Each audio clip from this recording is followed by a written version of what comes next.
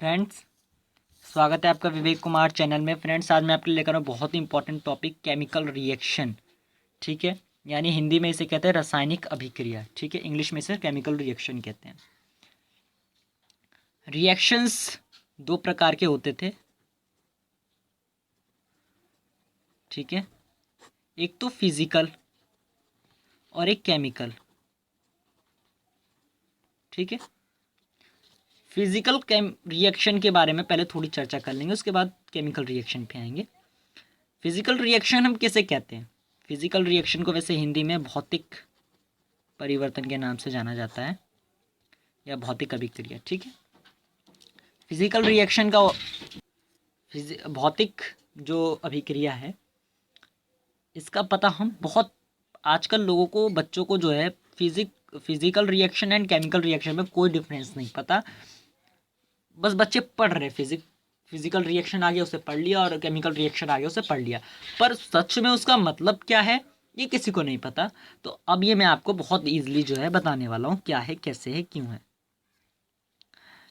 तो भौतिक जो अभिक्रिया है, भौतिक अभिक्रिया जो है, सपोज दैट कोई ए मेटल है, यानी कि एक किसी पदार्थ का नाम है। ठीक है, सपोज दैट ए मान लो आप जल ही है। अब जल जम जाता है, वो बन गया बर्फ। ठीक है, वो फर्स्ट कंडीशन यानी कि लिक्विड से सेकंड कंडीशन यानी सॉलिड में चला गया। अब अगर हम उस पर हीट दें, ठीक है, तो वो वापस से फर्स्ट कंडीशन में आ सकता है, यानी कि लिक्विड बन जाएगा। ठीक है, इजली लिक्विड बन जाएगा। फर्स्ट कंडीशन से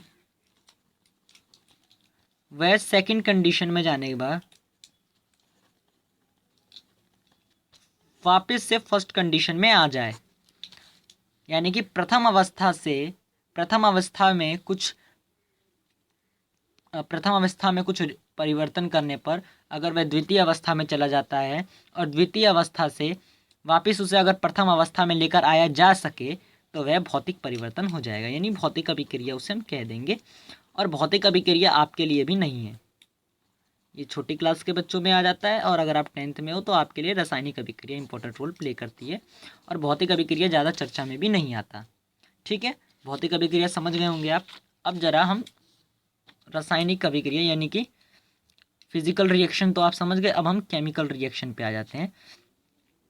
अब केमिकल रिएक्शन क्या है? मान लीजिए ए कोई मेटल है, ए मेटल को आपने बी में कन्वर्ट किया। अगर वह बी में से ए में आ जाएगा तो वापस से वो फिजिकल रिएक्शन हो जाएगा। लेकिन जब हम ए में से वापस उसे बी में ना ला पाए, ठीक है, बी में लेकर ना आ पाए, ठीक है, बी में लेकर हम वापस, सॉरी, ए में नहीं ला सकते उसे, बी से वापस ए में हम नहीं ला पाएंगे। अगर हम उसे लेकर आ जाते तो फिर तो वो फिजिकल रिएक्शन हो गया, और अगर नहीं आ रहा तो वो क्या हो जाएगा? वो हो जाएगा केमिकल रिएक्शन। ठीक है, केमिकल रिएक्शन हो जाएगा वो, अगर वह बी से ए में नहीं आ रहा। और ऐसा नहीं है कि मान लीजिए आपका जो फिजिकल रिएक्शन होने के लिए भी एक इम्पॉर्टेंट है कि अगर ए से बी में वो गया है तो बी से पूरा ए में आना चाहिए वो। ऐसा नहीं है कि कुछ सब्सटेंस आ जाए और कुछ ना आए, पूरे ए में आना चाहिए। ठीक है, जैसे कि पानी है, पानी बर्फ में बना, बर्फ अब पिघलेगा तो पूरा पानी बनेगा। ऐसा नहीं कि उसमें से कुछ ऑक्सीजन बाहर आ जाएगा या हाइड्रोजन, कुछ सेम वैसा ही रहेगा। उसी तरह से इसमें भी वैसा ही रहना चाहिए, तभी हम ये कहेंगे कि केमिकल रिएक्शन है ये। ठीक है, इतना तो आप समझ गए होंगे। अब केमिकल रिएक्शन के जो है एग्जाम्पल्स अगर हम देखना चाहें तो हम देख सकते हैं, जैसे कि हमारा भोजन का पाचन। ठीक है,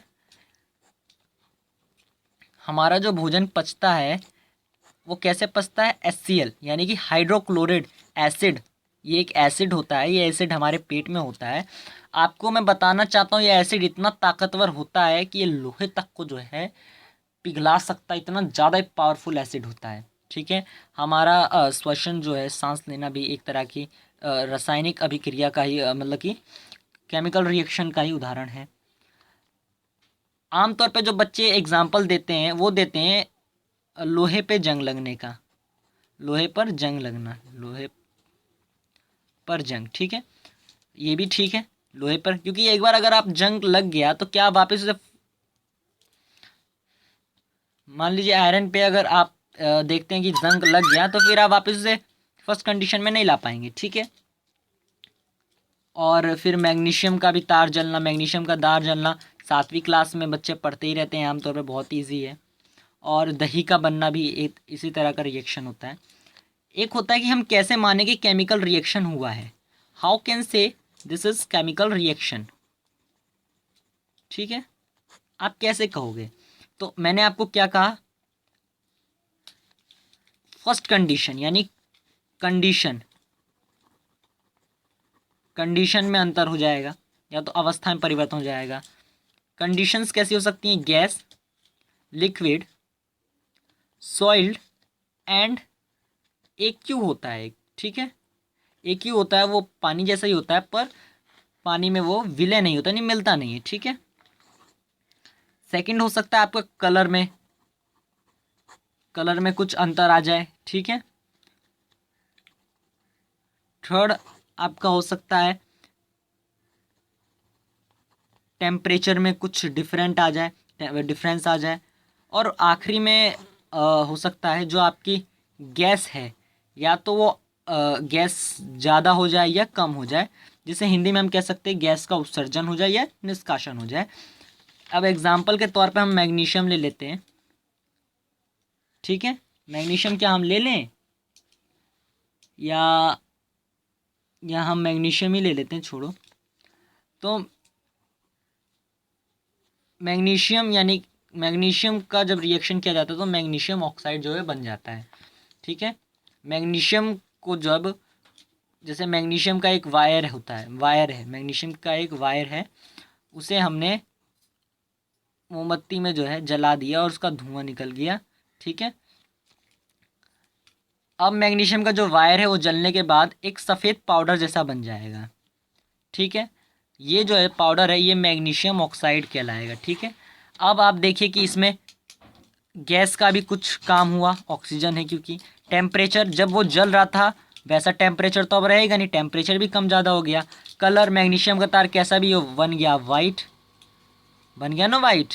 कंडीशन, कंडीशन भी बहुत सारी है, ठोस था अब थोड़ा पाउडर जैसा हो गया।